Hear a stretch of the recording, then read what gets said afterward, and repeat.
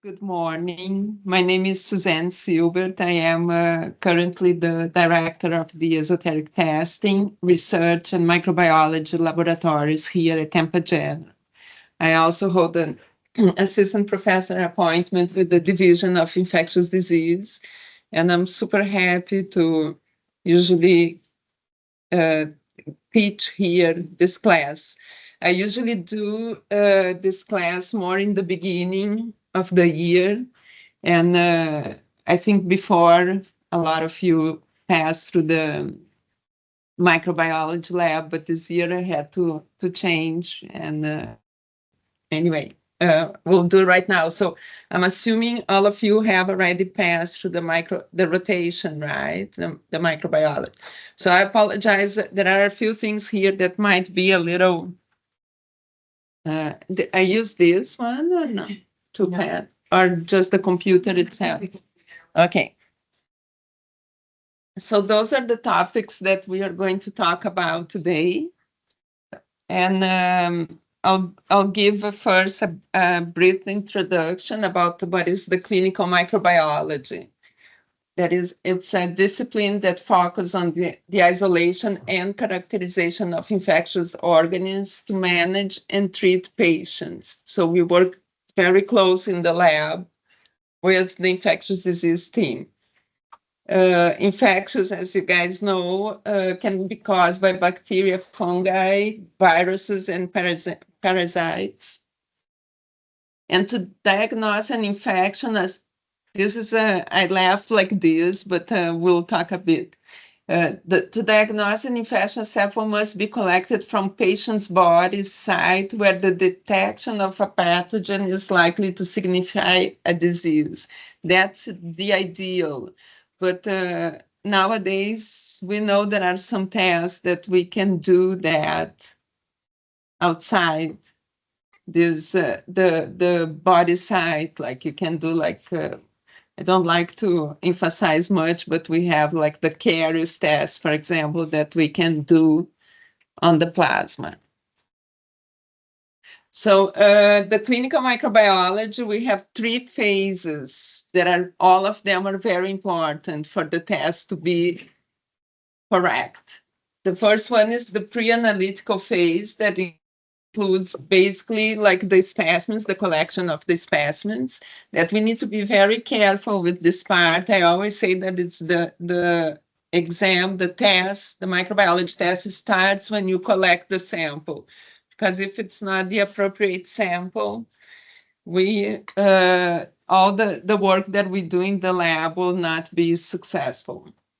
And then we have the analytical phase, that is the testing phase, that we also need to make sure that we choose appropriate sensitive methodology and timely testing in a cost-efficient manner. So it's not, we need to make sure that we'll return the result that we'll find in the lab is appropriate and also in a timely manner, because the patient needs to get treated. And the post-analytical phase is when we report, right, the results. So provide accurate and timely results in a way that it can be interpreted and used appropriately. The bacteria classification, it's a prokaryote, it's a single chromosome. So the bacteria are mainly classified by a morphology, grain staining, and requirement of oxygen. And that's what we are going to talk a little bit about. So the morphology classification is basically, you guys probably already heard a lot about it. It's a cocci, a bacilli, or Vibrios, spirochetes. So, and it's the way that it is, and the gram stain classification also, you probably and from now on you always hear that it's a gram positive, it's a gram negative. So that's the first classification that we do when we are in the lab trying to identify a bacteria. And then we have the classification based on oxygen requirements. We have the aerobes, that don't grow in the absence of oxygen, and the anaerobes, that is exactly the opposite. Like if the oxygen, if they are restricted, will kill them, like they will not be able to grow. The virus classification is a little different. It's very different than the bacteria. So the most used classification is following the Baltimore classification. And this scheme groups virus. This is the Baltimore classification that is basically separate the virus according to how the messenger RNA is produced during the replicative cycle of the virus. So, of course, it's very little. I'm not here to tell you guys to learn each one of them, but it's just an idea how the viruses are classified. And the fungi, it's different. It's a bigger microorganism. It's an eukaryotic, and it's classified according to their structure and method of reproduction. So we have the yeast, and it's very common, easy to identify in the lab. Like a few examples is the Candida. Then we have mold, that it's a multicellular filamentous of archival form, and the dimorphic ones, that is growing mold or yeast form. And so the fungi kingdom has 9 divisions, but mostly these 4 are the ones that are related to medical microbiology. So what we do in the lab, right? What are the tools we have in the lab to be able to identify these microorganisms? We use microscopic culture, antimicrobial susceptibility testing, and most recently, but not as recent, because we have been using for a while, are the molecular methods. So the microscopy is used in microbiology for 2 basic purposes. The first one is the initial part, when you get that is direct from the sample, that you are going to detect and see, you are going to read the slide and see if there is an organism there or not. And the second one is the preliminary or definitive identification of microbes that usually is done after we have the bacteria grow in the culture.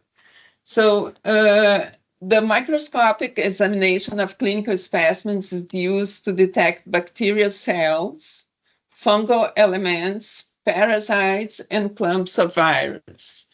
And the morphologic properties can be used for preliminary identification of most bacteria, like we were talking, and are used for the definitive identification of many fungi and parasites.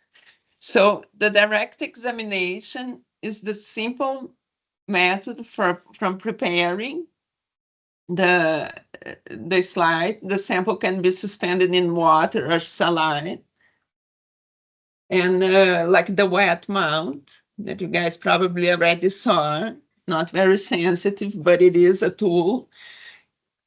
And the differential stains are a variety of differential stains that are used to stain specific organisms or compounds of cellular material.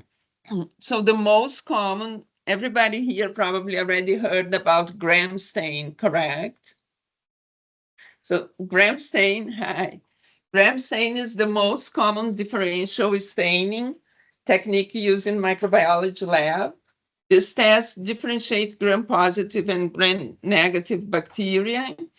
The gram-positive retain the crystal violet color and stain purple, while the gram-negative lose crystal violet and stain red. So usually that's what we see in the microscope.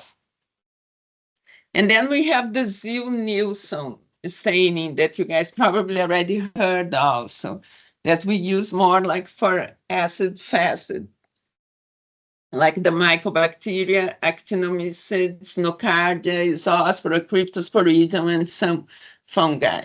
those are not going to, those are the ones that we need to do the Ziel-Nielsen staining, that it's will not stain with the gram. So here are some examples, like here in red, the gram, it's more pink, I think, but it's say the red, it's the gram negative, and then the gram positive in violet. And here are examples of the Ziel-Nielsen, that when you see like a red spot on this, among these blue clouds, it's because you have one of these organisms. And then we have the culture. The culture, it's most of the tests, like traditional micro, not molecular, will require a growth for organism identification and characterization. And the main purpose of this cultivation is to grow and isolate microorganisms that is present in a specimen, determine the microorganisms that are most likely causing the infection, because there are some cultures, for example, stool culture, that will have a lot of different microorganisms. It's a big thing, like to try to find what is the one causing the infection, and obtain sufficient growth of clinically relevant microorganisms to allow identification and susceptibility testing. So the culture media can be liquid, can be solid, or semi-solid. And here are some of the examples. Like the solid, it's very much used inside the clinical microbiology because it's where we have the colonies, where we can get really the colonies of the bacteria. The types of culture can be also different, like we have enrichment that contains specific nutrients for the growth of specific organs. We have nutritive that supports the growth of most non-fastidious organisms. And we have the selective ones that it's very important also, because in cultures that you expect a lot of different microorganisms, it's important to start to separate them. So we have, like, as an example, like a McConkey that will only grow like gram-negative bacteria, and we have the same thing for gram-positives. And we have the differential ones that are colonies of one species can be differentiated for other bacteria on the plane by different colors. That is the chromoagars, very much used nowadays too. More expensive, but very much used. So here are some of the examples of the media. And here, like I was talking to you guys, we have in pink the McConkey. Here is the chromoagar that you see the different colors of bacteria and so on. And then once you have the colonies, you look the morphology of them. Another scheme here that I'm not expecting you guys to learn, but it's just to give an idea of how the colonies can be different. They can have like different size. They can have like different pigmentation, shape. The surface, sometimes one, it can be like ones can be elevated or other flats. The changes in agar, some of them like cause the hemolysis, the odor, like it's a lot of times, like when I started microbiology, my microbiology career, like many moons ago, we used to smell a lot and say, this is a pseudomonas, this is not. But anyway, we don't do this anymore, and I'm not teaching this. And also, but some bacteria can be mucoid, others not. So here are some examples of the morphology that after you become like, like an expert in reading plates, you almost don't need to move forward with that, because when you see the morphology, a lot of times you already know what it is. But we do move forward. So the identification of the organism, it's pretty much like a puzzle. It's putting a puzzle together, because you need to know like the site of the infection, because a lot of organisms they don't cause any disease, right? An infection in some areas of our body. And what are clinically significant pathogens at the side? Do we have a gram stain, like it's a gram positive, gram negative? Compare grow on different media. In this media, the bacteria grow, this other not. And do we have any background information? So we put a lot of things together for the identification. And of course, we have also tests in the lab that we use to identify the bacteria once we have them grow in the media. The phenotypic methods, its physical characteristics include like microscopic, morphologic, and staining characteristics, and the colonial morphologic characteristics. And the metabolic characteristics include the environment requirements for growth and also the nutritional requirements. So here are just some examples of metabolic characteristics. We have like tests in the lab that we can see like the bacteria, it's an oxidation fermentation test, for example. So you see that it changed the colors, and the citrate utilization test, that if it's negative, it's green, if it's positive, it's blue. And like these tests, we have like many of them, or I would say like we used to have many of them. Like I'll go back like to you guys when I started in my career. I always like to tell this, because the lab I used to work, we had like 7 tests to identify a bacteria. Citrate was one of them. The OF, like we used to call, was one of them. 7. And then we had a chart like that you'll see like, this is positive, this is negative, this is positive. It's like positive, negative, positive. And then you have this bacteria. Talking about like many years ago, like more than 30 years ago. And that's how we use to identify the bacteria. Keep this story in your mind, okay? Because I'll go back to that. So here's some examples of identification tests: catalase, oxidase, urease, indole. And you can see here, like, for example, the catalase we use a lot for differentiate staphylococci from streptococcus, listeria. The oxidase differentiates group of gram-negative bacteria. Most Enterobacteriaceae are oxidase negative, and so on. And then it came, and I remember this, the automation systems. So remember, I told you guys that the lab, by the way, I'm original from Brazil, and that's where I started my career, like as a med tech in the microbiology lab. So we were one of the first labs in Brazil that brought the automation, the Vitek system. And I always like to tell this story, because at that time, like I said, we had like the 7 tests that will identify positive, negative. And then it came the Vitek systems that have these cards with 32 wells. And in each well, in which well we have a different test. So we are changing for 7 to 32. Of course, we started to identify a lot of organisms that we didn't even know what it was. And I always remember that, never forgot this, that we had a case of Streptococcus bovis.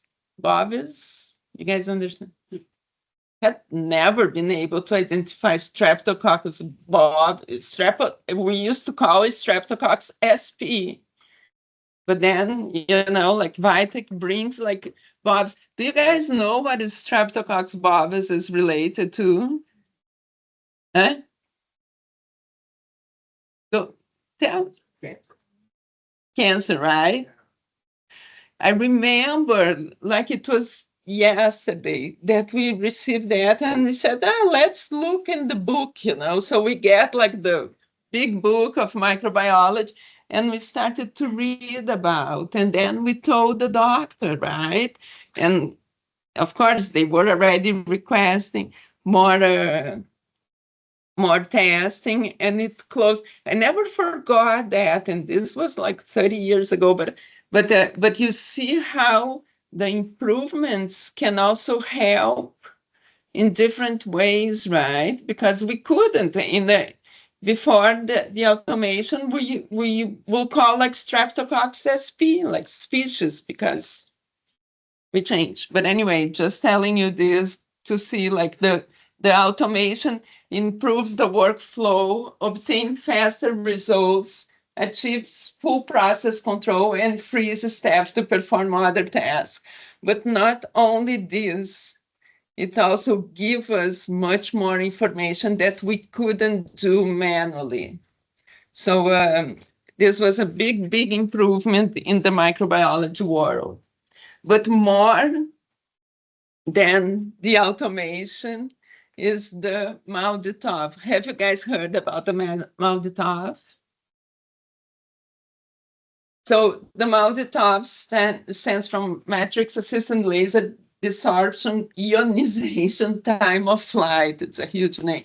MALDI-TOF is much easier to say, but it generates specific mass spectral fingerprints, which can be seen as unique signatures of microorganisms and identify microorganisms to the genus and species levels. When compared with conventional methods, and now convention is not anymore the 7 tests that I used to do, that I taught to you guys. Convention now is the automation, is the Vitek system. MALDI-TOF confers a substantial gain of both working time and turnaround time. It's one of the biggest improvements inside of a microbiology lab, because time, this is like it takes minutes compared to a huge, because even the automation on the Vitek, the identification of the organism on the Vitek will take like at least 12 hours, and this, it really takes minutes. So this was a big improvement. This is just a scheme to show how it works. The sample preparation, a sample is mixed with a matrix compound and dry onto a plate. The matrix acts as a support, right, for the ionization and provides protons for the sample. And then we have the desorption and ionization here. A laser vaporizes and ionizes the sample. And then we have the accelerations, that it's when the ions are accelerated in the vacuum, in this vacuum tube. And this all happens like in seconds, right? And then we have the separation. The ion separates based on the size. The smallers go first, right? Travel first, and the longer takes more time. And the time of flight, the time it takes for the ions to reach a detector is measured, and creating a protein spectrum that is on the top. And that's how nowadays each bacteria has their own fingerprint, out their own protein spectrum, and that's how we identify most of the organisms now. Here is just another scheme to show, like this is, you go from the culture, and then you put in the matrix, put in the machine, and then we have the fingerprint. So once you have the culture, right, we isolate the organism. We also need to give the susceptibility testing to see how you guys are going to treat the patient. And then the AST also, there are different methods that go from broth dilution, Disk-Diffusion, and also automation. And there are also more and more, we have been seeing the methods that detect the gene, the specific resistance that it's caused the infection, the gene. But we have to be very careful when we look the genetics information, because sometimes they are not being expressed, right? Like to have a result that a staph is MAC8 doesn't mean that it's methicillin resistant. It means it will eventually, right, be exposed, but we have to be very careful. And I'll let Dr. Montero here to talk more about this. But so not always the presence of the genes doesn't mean that the gene is expressing. So make sure that you contact the ID antimicrobial stewardship team, that they will be able to guide on this. The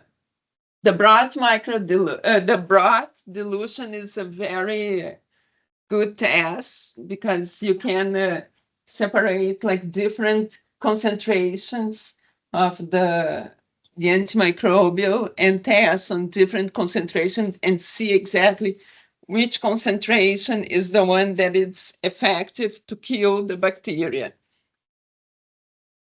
So the way that we identify, you guys can see here the colors, right? The ones, for example, in this line, we have like different concentrations, and we'll see until like when the bacteria grows, it gets turbid, and when it's clear, it's because it was that concentration was effective and killed the bacteria. It's very good, but it's labor, right? We also have to do all the concentrations. The Disk-Diffusion, Kirby-Bauer, one of the most common AST tests. It's bacteria are placed on an agar plate, and discs of antibiotics are added like this. What happened is that after overnight grow, areas of clear media surrounding the disc indicate the antibiotic, it inhibits bacteria grow or not, right? This one here, we see that there is grow around, so this is a resistant antibiotics. This is most likely a sensitive one, but it's only one concentration. So these results will be pretty much like sensitive or resistant. Will give you any concentration, how much you need to use to be able to kill. Wouldn't that give you an MIC? It'll just give you SIR. Yes. Yes, SIR. Sorry. And then, very similar to the Kirby-Bauer, we have the e-test.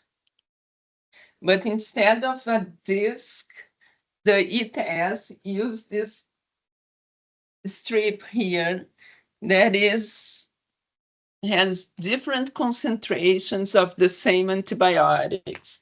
So what we can see here is the MIC. We see that all this area that doesn't grow around, it's because these concentrations here are efficient to kill the bacteria. So when we have like grow, we see that lower concentrations cannot kill the bacteria. So in this in specific case, the MIC 025, because it's the first concentration that doesn't have bacteria grow around. It's very good. It doesn't, this is not something that you do for a variety of antibiotics. You do more, some specific ones, because they also use more space in the plate and they are much, much, much more expensive. Anyway, but everything that I told you guys was also automated on the Vitek system. So the same story that I told you guys before, that we have now a card for the identification that has much more tests. We also have a card for the antimicrobial susceptibility test that has different concentrations of the same antibiotics and also a lot of antibiotics in the same plate. So the cards are designed for use on automation system, AST results for clinically important gram-positive, gram-negatives, and yeast. It's good that we can use for yeast. It's very rapid and reliable, and it doesn't have a lot of different concentrations of the same antibiotic, but has a few that you can really see, like how low and how high it can be. And then we move to the molecular techniques that we already do.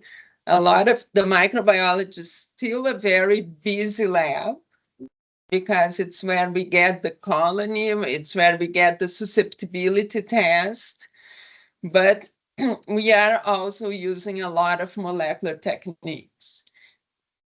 Everybody heard about PCR? So the PCR is the most common target amplification molecular method used in a clinical lab. And as you guys know, like from one single DNA template, we can multiply in several. And that's how, once we amplify this target that we are looking for, we can do like some identification. The PCR also, it's a methodology that improves a lot. Like in the beginning was very manual. The PCR consists in 3 different steps. One is the extraction, the other is the amplification, and the other is the detection. So in the beginning, years ago, everything was very manual. Like the extraction was manual. The amplification, it was not manual, but it was done in a separate PCR machine, a thermocycle, and then we had the detection that was a lot done in by electrophoresis gel. And this is how we used to do that. Like this, for example, is a herb simplex test. That what happened is that you do the extraction, you amplify, and then you run an electrophoresis gel that we can see here in the columns 1 and 2 are the positive controls. You see this band here. And then the columns 11 and 12 are the negative controls, so you are not supposed to see the band. And all the other ones are the patient samples, right? So here you see the band, it's because it's a positive patient, and the other one is a negative. But the improvements, one of the first improvements that happened was the real-time PCR. So you don't need to do the detection separate anymore. You do in the same thermocycle. You see, this is the thermocycle, the PCR machine, and it's connected to a computer that you can see the curves. These curves that you can see means that bands there that we saw in the gel, like it's positive or negative. So you are not looking anymore for that bands. you are looking for the curves to see if it's a positive or negative. And the other improvement was the automation of the extraction. So you don't need to do like, because before it was really manual, like you had to pipette here, pipette there, and now you just put the sample and you extract the DNA. And this was already good, but it got even better because now we have a lot of instruments that does everything, all the 3 steps in the same box, like we call like. So this used to be like 3 different instruments: DNA extraction, amplification, detection. Now we have all these 3 steps in one sample. And here we have some examples of that.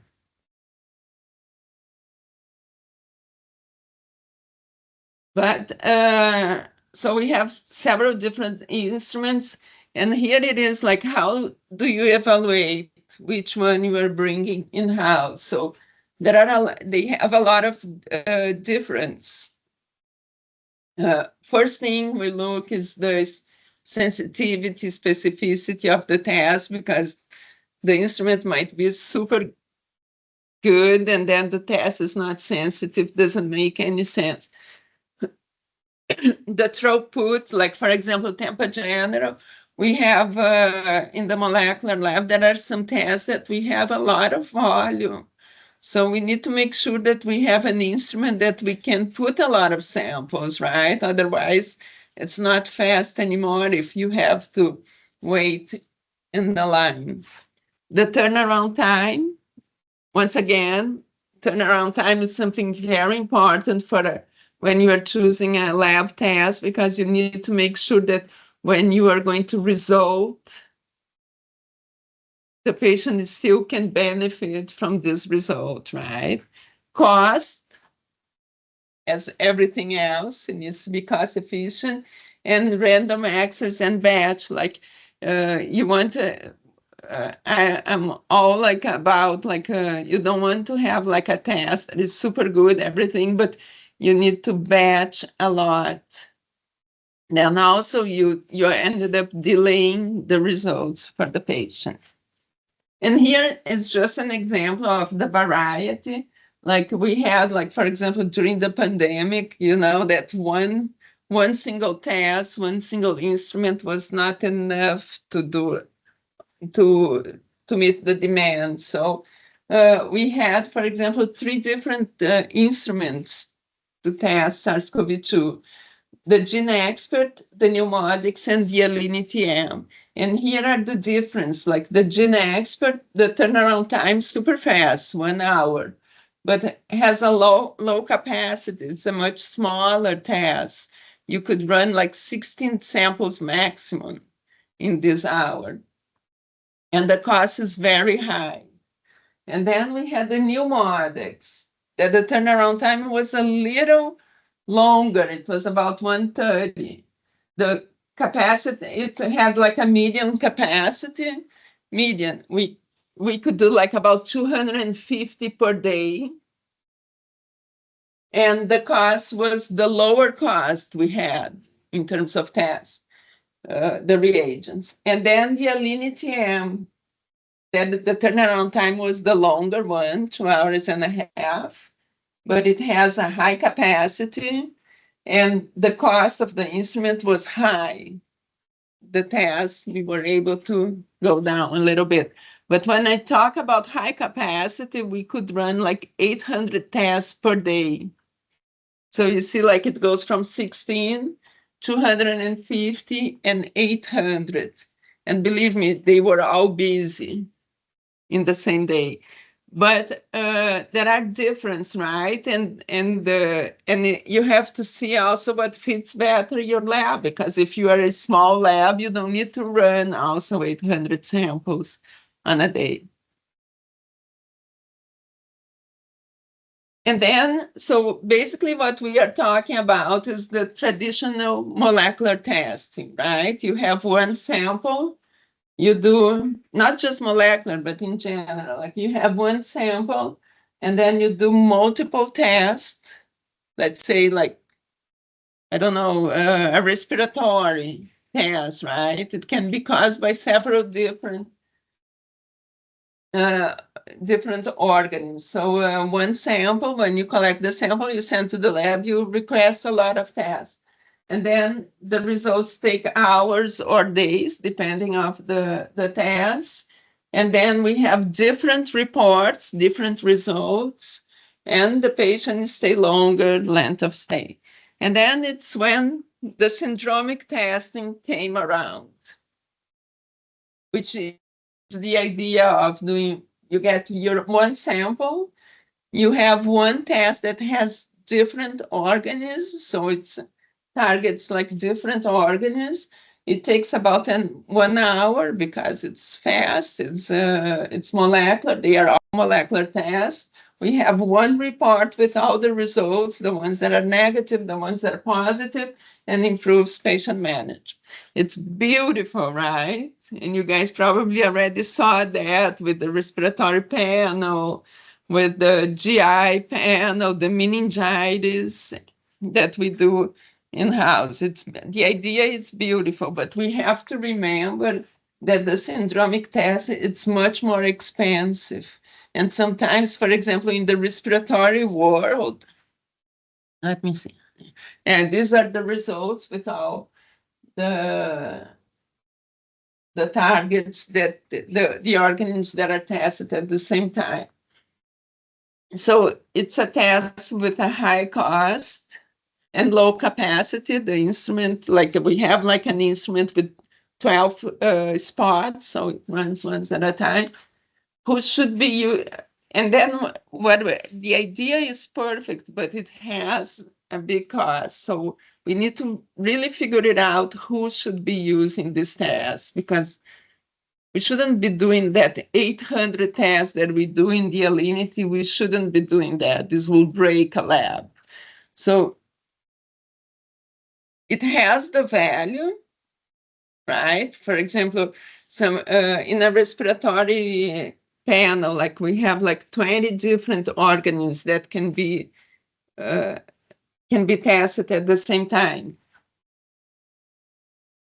But if a patient arrives there with symptoms, we also offer in the lab like a mini panel that is like flu A, flu B, RSV, and COVID. What are the chances to be one of these 4 tests? High, right? In a flu season especially. Or COVID doesn't have a season, right? So we need to be very careful who we are going to use for. Like, I remember when we first brought the respiratory panel here to Tampa General was because, as you guys know, TGH is also a big center for lung transplant. And we used to do all these tests separate in different PCRs manually. So the panel made sense because we'll test all at the same time. Very important, right, for these patients to know. Just an idea, I don't know, you always help me with this, Dr. Montero, if you want to say anything. No, you bring up a good point with all these different panels. You bring up the respiratory GI panel. Yeah. You know, the GI panel should only be used in 48 hours. The hospitalization is only for the other 3 weeks. Should not really be used. You're not looking for anything within that panel. You're looking for C. diff, you go over C. diff. Same kind of concept. You got to figure out how to use these panels effectively. Yeah. And on the other hand, like if you have I don't know if you guys are going to agree with me or not, but I always say this, like in the other hand, you have a meningitis, right, panel, that if you have a patient that arrived with symptoms of meningitis, this save a life, right? This can save a life if you can identify very fast the result. If you can pass and in 1 hour get the result for a patient that has all the symptoms with meningitis. And to talk about this, I'll tell a very funny story that I just realized. But yeah, we need to be very careful, okay, with the things that we test. And for you guys not to believe in everything that you read. I shouldn't be saying this, right? It goes against me. But sometimes it happens.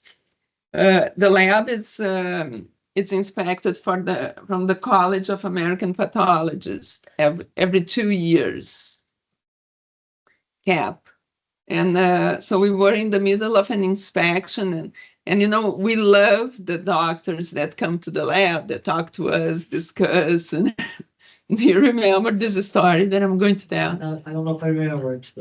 So we are in the middle of this inspection, and Dr. Monteiro, who is one of these doctors that always show up, and we like that, we discuss cases with him, he comes and came to me. And remember, I was with the inspector because there was a group B strapped, identified in a meningitis panel in a patient, like in an adult patient, right?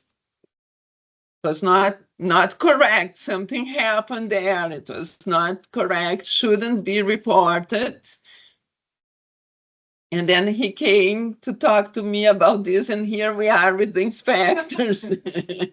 I said, can you, don't believe in that result, but can we talk later? I'm like,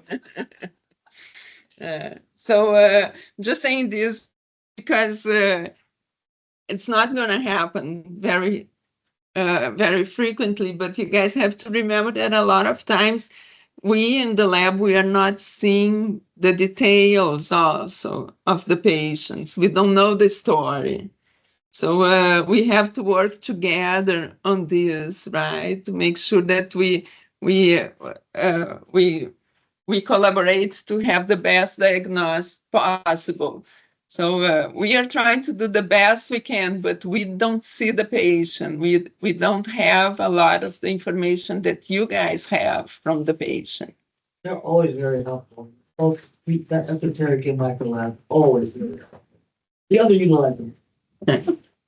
Come over, because we like to have you guys over in the lab. And with this, I'm going to finish my class. These are the molecular tests that we do in the esoteric lab, and in the microbiology, the bold ones we do. The bold, no, I don't know what there is something wrong here, but anyway, we do all of them between the esoteric and the molecular, the microbiology lab. And now that Dr. Kim arrived, I'm going to finish my class and say thank you.